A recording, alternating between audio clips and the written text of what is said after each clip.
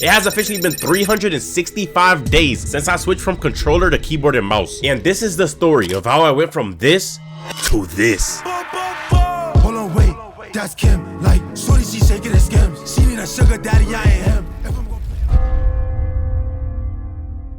For the 6 years that Fortnite was out, I was always on controller. And over time, I truly became a GOAT on the sticks. Just take a look at me during 2021, in my peak form. Like I really could have gone pro if I wanted to. But as a wise man once said, the moment you master a craft, the thrill begins to fade away. And that's exactly what I felt. Fortnite became repetitive and boring to me. So in Chapter 4, Season 3, I knew that it was time to try something new to make Fortnite feel fun again. I left behind 6 years of experience on controller to switch to keyboard and mouse. 2,000 hours of playtime thrown away to start from square one. It's been a tough grind, but I captured my 12-month journey starting all the way back from day one. On my first day, I watched the Pro Guides video for my sensitivity and keybinds. Then I officially started off my keyboard and mouse journey with an aim drill. And as you can imagine, my aim was dog shit. Next, I practiced my edits and crosshair placement. I was actually really surprised with how smooth my edits were for day one. I could already tell how much easier editing was gonna be on keyboard and mouse compared to controller. I could also crank a few flawless 90s, which I thought was crazy. But at the end of the day, all that really matters is how good you are in Battle Royale. Shit, and I wasn't very good. He's one. Right there. No! You suck! No, he was not one tap. You suck! My biggest takeaway from day one is that scroll wheel reset is broken and every keyboard and mouse player should be using it. I also realized that it's important to set out goals for yourself. So my goal for the week was to be able to beat my cousin Savi, who's been playing keyboard and mouse for 3 years in a 1v1 series. Just so I could say I got better than him in 1 week. Day 2. I started off day 2 by working on my edits, and unsurprisingly, I felt about the same as day 1. My edits weren't very accurate, but once I got into a rhythm, I was in a rhythm. A big change I made on this day was switching my floor button from C to Q because it felt very unnatural to me. And I kid you not, that instantly improved my 90s. I could even do some with floors now. I practiced some more, then to end off the day, I tried box fighting my cousin, and he clapped me so hard, I just had to get offline. No diddy. Day 3. Day 3 wasn't very eventful. My edits began to feel much faster, but sadly, I was still getting clapped in 1v1s and in Battle Royale. It's alright though. Understand that you won't become cracked overnight. It takes time and practice. Day 4. On day 4, I continued to practice all of the important mechanics. I felt like I could somewhat build, but I knew there was still a long way to go. Honestly, I wasn't feeling very motivated on this day. I was getting a bad headache from all the stimulation of just trying to learn keyboard and mouse. If you go through this yourself, just know it's normal. Learning hurts. It may have not been my best day, but at least I full pieced somebody for the first time ever.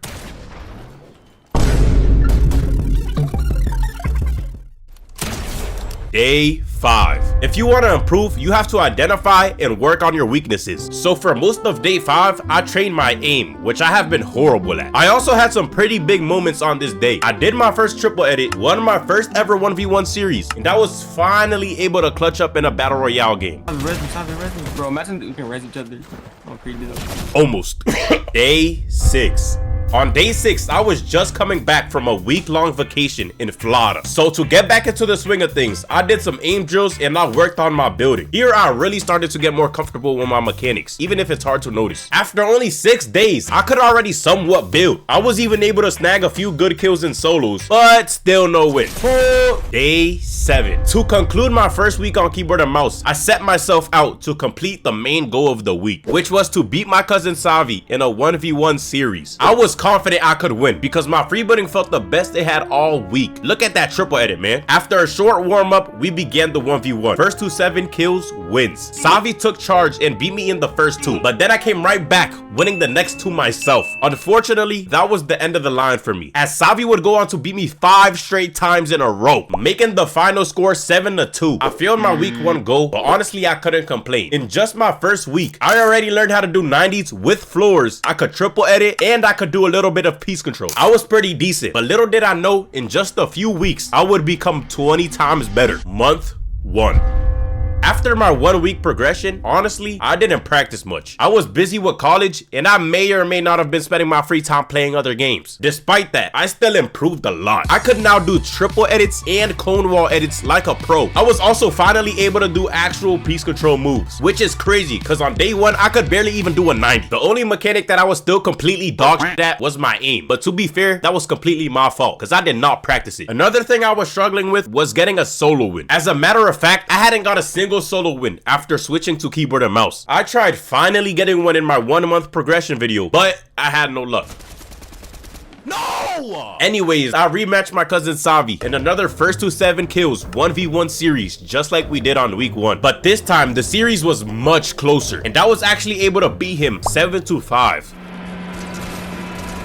Let's go! Let's go, finally. Officially making me better than a 3-year keyboard and mouse player in just 1 month. I'm the GOAT. The biggest change that I made this month was switching from my 100% keyboard to this 60% keyboard. Cause y'all were flaming me in the comments for the size of my keyboard. Looking back on it, I agree with y'all. That shit was way too big for show, man. What the f? Beating Savi after just 1 month felt great. And the switch to a 60% keyboard made everything feel much more natural. But if you thought that was the peak of my progression, you thought wrong. Month 2. You know how I said I couldn't get a solo win in month 1, right? Well, in month 2, I was already way past that. I was getting solo squad wins. During the OG Fortnite season, I dropped my highest kill game on keyboard and mouse till this day. At the beginning of the game, my whole squad died, and I decided to not reboot them for the rest of the game. They were tight, but I didn't care, and I popped off, wiping squad after squad. Late into the game, I was sitting at 27 kills, and you will not believe how it ends. Oh my god. No. No! No!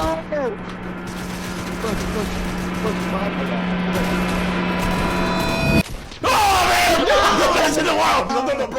I have no idea how I pulled off that clutch as a 2-month keyboard and mouse player. I'm cracked, I'm insane, I'm crazy. As you can clearly tell, I improved a lot this month. That is because the return of the OG map had me and the boys on Fortnite all day, every day, just like the OG days, man. Spam hashtag bring back the OG map in the comments right now. We need it. Another cool thing I did on this month was hiring my first Fortnite coach. It was a $50 well spent, because if you watched that video, you already know my boy Coach Ash was a W. He taught me a bunch of moves, gave me fighting tips, and prepared me for my first ever tournament on keyboard and mouse. In the solo cash cup, I was able to get 9 points in game 1, but then I crashed out and rage quit after this happened to me in game 2.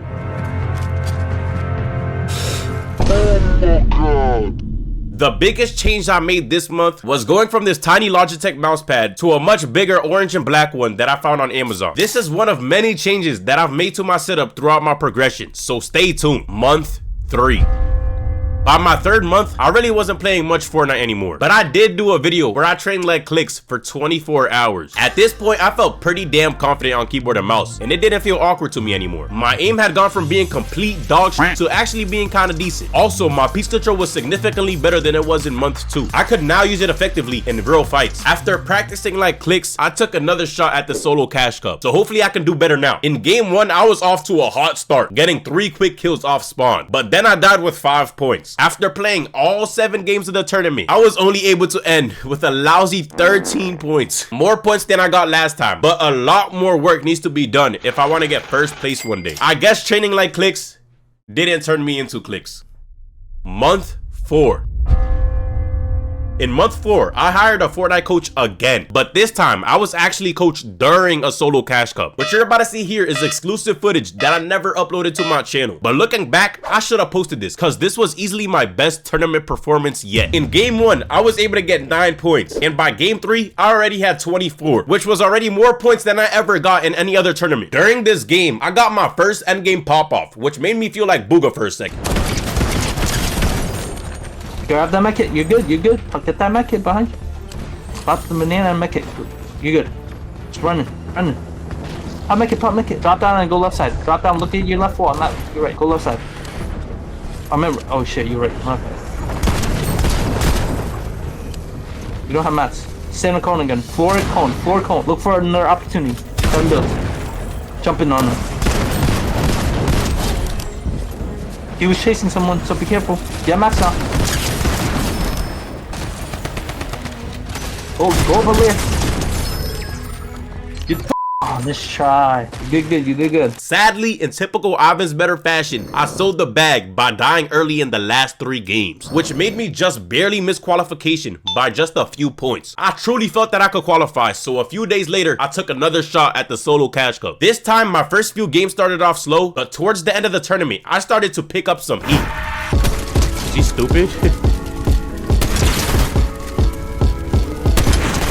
In my final game, I got 3 clutch kills and made it deep into the end game where I died in 10th place. I ended the tournament with 55 points, just 3 more points than I got in the last one, which was somehow just enough for me to qualify for the first time ever. I was super excited to play in the finals where I had the chance to win $100 if I won a game, but Fortnite had other plans. For some dumb reason, it didn't let me play in the finals when I literally got a pop-up that said I qualified for it. This completely sucked the motivation out of me, so much so that I didn't play another tournament for months. Month 6. It had officially been half a year on keyboard and mouse. As you can see, I became drastically better. This is where I started to get super advanced with my building and editing. Compared to day 1, I'm looking like a completely different person. My piece control was fine, but it still didn't feel completely natural to me in some scenarios. Overall, I was really happy with my half-year progression, especially considering that I wasn't playing the game as much as I could have. If you guys are playing Fortnite multiple times a day, I guarantee you could become even better than me at 6 months. Month 8. During my 8th month of my progression, I was dying to finally get my first earnings. So I gave myself the best chance by hiring a pro Fortnite player to carry me in a dual cash cup. I teamed up with a guy named Verx who had over $1,000 in earnings, and he was absolutely insane, carrying me in almost every game while I had little to no kills. Take game 4 as an example. He got 13 kills while I was spectating him with 2. We ended the tournament at 230 points, which wasn't enough to qualify. But this was the best placement that I've ever gotten in a dual cash cup, whatever that's worth. Something I noticed from this tournament was that I wasn't consistent, just like I'm not consistent on YouTube. Some games I look like a pro, but in others, it looks like I've never even touched the keyboard in my life. Honestly, it's probably because I wasn't playing the game enough. But anyway, at the end of the tournament, Burks left me with some wise words of wisdom. Small progress is better than no progress, like slow motion better than no motion. During this month, I made some big upgrades to my setup. I bought this Apex Pro TKL keyboard, which is way better than my old $40 keyboard. Plus, I added this sleek white and orange mousepad from the mousepad company, giving me much more space compared to my last mousepad. Oh my god, talk about a glow up. Month 9 through 12.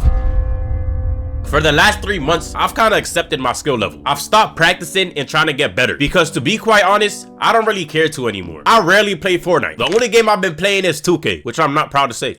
But today, I'm gonna make it up to you. I'll be putting myself through some intense training to see where my skills stand after 1 year of playing keyboard and mouse. Then I'll end the day off with some ranked solos to show y'all how I do in real scenarios after all of these months. Instead of hopping between a bunch of different practice maps like I used to, I'm gonna warm up on my brand new ultimate practice map. This is the combination of the best drills that help me improve all in one map. To start my warm up, I headed straight into the piece control section. Here, there are 9 different drills ranging from easy to hard. And you already know me, I flew through the easy ones without a problem. Once I got to medium 4, it was a bit more challenging. This drill requires you to do a side jump and box the bot on the ramp. I'm not the greatest at side jumps, so I struggled, but I kept going. Pushing your way through tough drills is the only way to improve. Skipping ahead to the hard drills, number 7 was a longer edit course with a side jump and box up sequence, which really tests your consistency. After wrapping that up, I went into the edit practice section. This section has 11 different edit drills, starting off with the crosshair aim drill. If you're not familiar, here you're supposed to follow the crosshairs as accurately as possible on each edit. This is called crosshair placement. It's a very important skill to master because using small precise movements make your edits much faster. I've been doing this drill since my first day of keyboard and mouse, and I recommend it to everybody. The next drill is crosshair edit. This is just like the last drill, but it's an edit course instead. If you're doing this drill for the first time, I highly suggest that you go slow to ensure that your crosshair placement is accurate. Next, we got the edit ups and edit downs. The easy difficulty is some double edits, and I could do these in my sleep. The medium difficulty is triple edits, and again, as a 12-month keyboard and mouse player, these are light for me. The hard difficulty is quadruple edits. These have given me some trouble in the past, but let's see if I can finally do them now. Quadruple edit ups.